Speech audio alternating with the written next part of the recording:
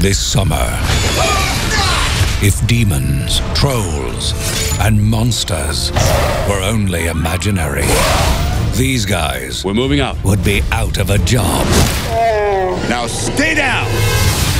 They're planning a war with the human world. Oh my God. Your weapon of choice? Five-fingered Mary. Hellboy 2, The Golden Army, in theaters Friday, July 11th. Alright, welcome to another video review with Chris and Joey. This video review is for the movie Hellboy 2. Just got done watching it. So what's the plot synopsis, Chris? Plot synopsis, it pretty much picks up right where Hellboy 1 ends. You have Hellboy and Firestarter together, and everyone's pretty running like normal. I mean, but the movie actually begins with a little bit of backstory on Hellboy. You have the father, which is back in the picture because it's 1955, and he's telling him a fairy tale story to get him to go to sleep. And the fairy tale story is about a king and a prince and a princess that are ruling over a kingdom of mythical creatures, which pretty much encompasses all the mythical creatures of their reality. And but they're at war. And so the humans are at war with mythical creatures, and I think the trolls make a what was that? The prince? Well, the trolls are like the engineers of this reality, and they come to the king and offer to create him a grand mechanical army. And the king is at a loss for his kingdom, so he goes ahead and goes with the plan, and the machines wipe the floor with the humans. They whoop their ass. And so there's a lot of bloodshed, and the princess is a very emotional creature. She's an empath, and she can't stand all the blood, all the senseless loss. So she convinces her father to go for a truce. And so a truce is had between the heartless humans and the mythical creatures. And right away you can tell the prince is not having this bullshit. Like, you can see as he walks off, he's giving the dirty look, and you're like, that guy is coming back. And that's the guy that you see in the trailer, that white dude, the albino, Mr. Powder. Powder's in the house, but he actually turns out to be a pretty badass villain. This guy knows how to fight. He knows how to use his sword. He actually probably one of my favorite recent villains. This guy was that good. He was pretty cool. He was pretty cool. Before we get too far, let me go ahead and finish with the synopsis real quick. And the control, there's a control mechanism for this mechanical army, and what it is, it's a crown that the king wears, and when the truce comes about, they break it into three parts. The king holds on to one, the princess gets another, and the humans are given one. And the whole point is that they're supposed to tell their children, the humans are supposed to tell their children about it and hang on to the peace.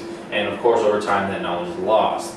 And that brings us to the opening scene after the backstory, which is a auction of rich, heartless people that have too much fun. Yeah, which is kind of funny, because at first I was like, what? This is fucking stupid. That's an odd way to introduce the crown portion. That they're just, and then I kind of thought about it, and I was like, oh, that kind of makes sense. You know, the humans are greedy. They really don't care about this piece of thing. Like, what the fuck is it? Let's just sell it.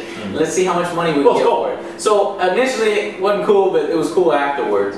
But yeah, like Hellboy I mean, it's an average movie. It didn't kind of push me. I didn't go, whoa, that was fucking badass at any point during the film, but at no point did I get pissed off. I thought the characters were really interesting. Like, almost every single one was engaging. It was awesome. Which character? All the characters were very interesting, and I believe you mentioned it before we started the review that the best character is the new character. Oh, I love this guy. You're gonna like this guy. He's a badass. Character. I mean, I don't want to give too much away, but apparently you had said that he was in a comic book. He is in the comic book. He's a character in a comic book. He comes in, and there's a new dynamic that's introduced to the superhero team.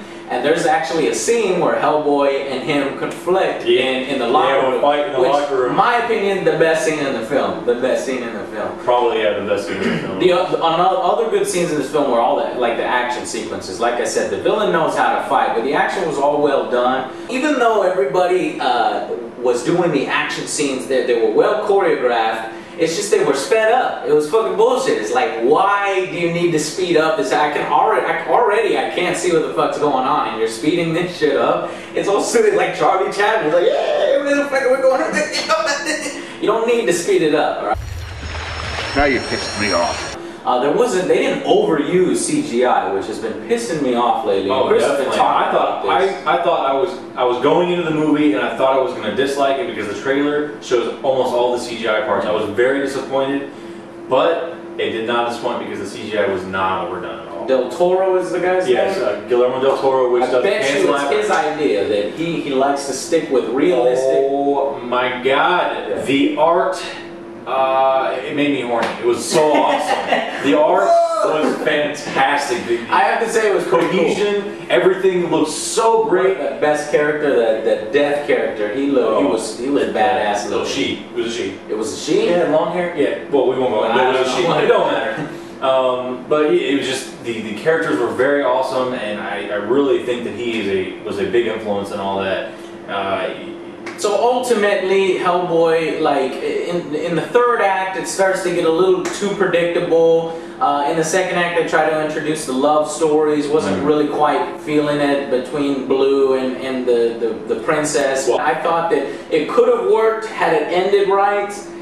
But it just didn't end the way I thought it was going to end, and it just didn't work, and I wish they would have left it out. I know poor Blue needs to get some action, he needs some action, but I don't know, it just didn't work out. But overall, like I'd say, I don't know, I'm not that much into Hellboy. I'm much more of a Superman, Iron Man, Marvel, DC kind of guy instead of these indie comics. So, but I thought it was an overall great film. That new character that pops up, and Del Toro's visionary design, the whole look of the film, and Hellboy, like the guy plays Hellboy really well. So I mean, there couldn't be a better Hellboy. So all that combined, I'm gonna give it just a solid 3-star rating from me. 3-star ratings? I feel it's a little low, but of course you're entitled to your opinion. For me, the art influence was fantastic. The characters are awesome. The story, yeah, it was a little weak, but for me, predictable. But Abe's love story for me, I think, was a necessary element because he's a very logical character. He's always been a very logical character, and I have to admit, I'm a fanboy. I read all the comics and all that stuff. So, but they show that even that logical character can fall head over heels in love just by a simple connection. Damn, actually, now you're making it seem like it's a little bit better. It does seem kind of cool to see him in that light. But okay, then you're entitled to your opinions.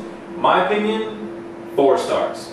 I wanted to give it 4.5 when I left the theater, but 4 stars because it didn't earn that extra half because the story was a little predictable and it could have been a little better.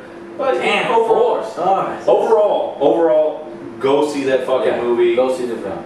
And it's better than the Hulk. It's better than, what else is out there? The fucking crap. I'm not even going to mention, well, I already did, The Happening and The Love Group. Do not waste your money on either of those 2 movies. Awful. And this is better than the Hulk, so go see it. I don't know about Iron Man. Is it better than Iron Man? It's not necessarily better than Iron Man. And if you saw Wanted, you like Wanted, you're not going to get the same energy as Wanted. But on a different level, the movies are almost equal. You're going to enjoy it. Go see it in the theater. Go see it. $6.50 matinee. You woke up the baby.